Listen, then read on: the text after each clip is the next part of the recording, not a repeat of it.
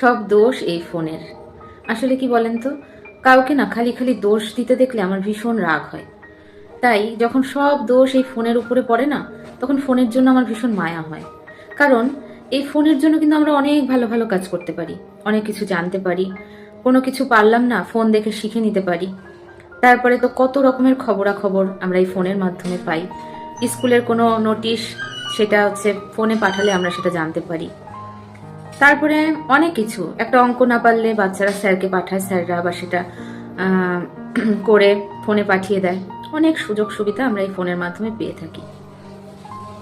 কিন্তু আমার যখন মাথা যন্ত্রণার কারণে আমি আমার মাকে বলি বা কাউকে বলি যে আমার অসম্ভব মাথা যন্ত্রণা হচ্ছে, বা এরকম অনেকের অনেক সমস্যা আছে, তারা যখন সেই সমস্যার কথা বলে, চট করে এই ফোনের নামে দোষটা পড়ে যায় যে ওই তো ফোনটার একটু চোখের পর্দে সরা, ফোন দেখিস তা তোর মাথা যন্ত্রণা করবে না। তো একটা কথা বলতে চাই, এই ফোনটা হচ্ছে আমার এই 2 বছর কি 2.5 বছর, মানে এই ফোনটা আমি হাতে পেয়েছি তার অনেক আগের থেকে আমার মাথা যন্ত্রণা, আমার সেই ছোটবেলার থেকে মাথা যন্ত্রণা। কিন্তু দোষটা পড়লো কার? ফোনের। এই জিনিসগুলো না একদম ভাল লাগে না। শুধু শুধু কাউকে দোষারোপ করা, এটা একদম মেনে নিতে পারি না। ফোন কোনো দোষ করেনি, মাথা যন্ত্রণা আমার অনেক আগেরই। আর চোখের সমস্যা, অনেকে বলে এই তো ফোন দেখার কারণে অনেকের চোখের সমস্যা হয়। অনেক ছোট ছোট বাচ্চারা, আমার অনেক বন্ধুরা আছে যাদের ছোট থেকে দেখেছি মানে চশমা নিতে। তাহলে তাদের কি তখন ফোন ছিল? তারা কি ফোন নিয়ে বসতো? তাহলে সব দোষ কেন ফোনের উপরে পড়ে? আমি সেটাই বুঝি না।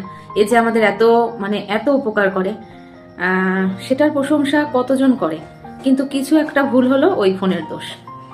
আসলে মানুষকেই ঠিক হতে হবে, মানুষ ঠিক না হয়ে সবসময় যাকে পায় তার একটা দোষ দিয়ে দেয়। এই যে ধরুন, কেউ আমার বাড়িতে আসলে আমি আগে আমার ফোনটাকে রেখে তার সাথে কথা বলি। এবার আমি যদি ফোন নিয়ে থাকি, তাহলে এটা কি ফোনের দোষ? ফোনের দোষ নয়, এটা হচ্ছে আমার নিজের দোষ। আমি কাউকে দেখলাম, তার সাথে কথা না বলে ফোন নিয়ে ঘাটাঘাটি করলাম, ফোনে এটা ওটা করে গেলাম।